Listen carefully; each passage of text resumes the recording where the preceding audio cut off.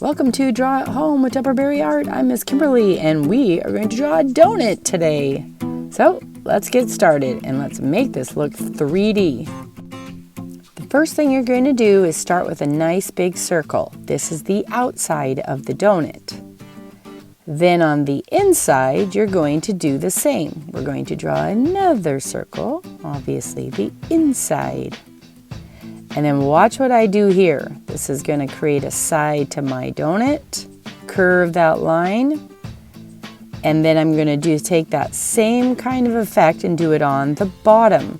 So the line comes out from the edge, and then I wrap it around following the same and coming back along the other side of the donut. Now it looks like you can see a side and the top, but my frosting is very straight. It's perfect. So I want to break up that line.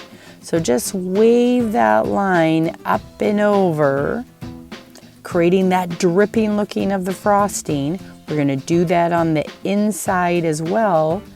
Once you've finished, go back, erase the lines you don't need, especially before you color in.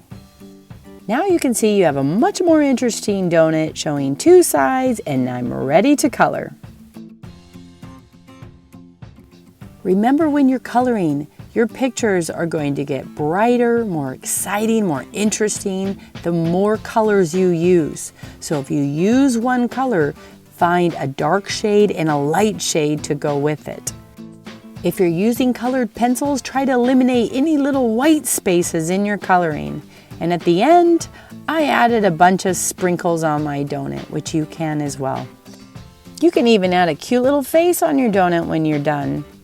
Remember, if you like this video, give it a thumbs up, subscribe to my channel, feel free to share your pictures with me, and I'll see you again.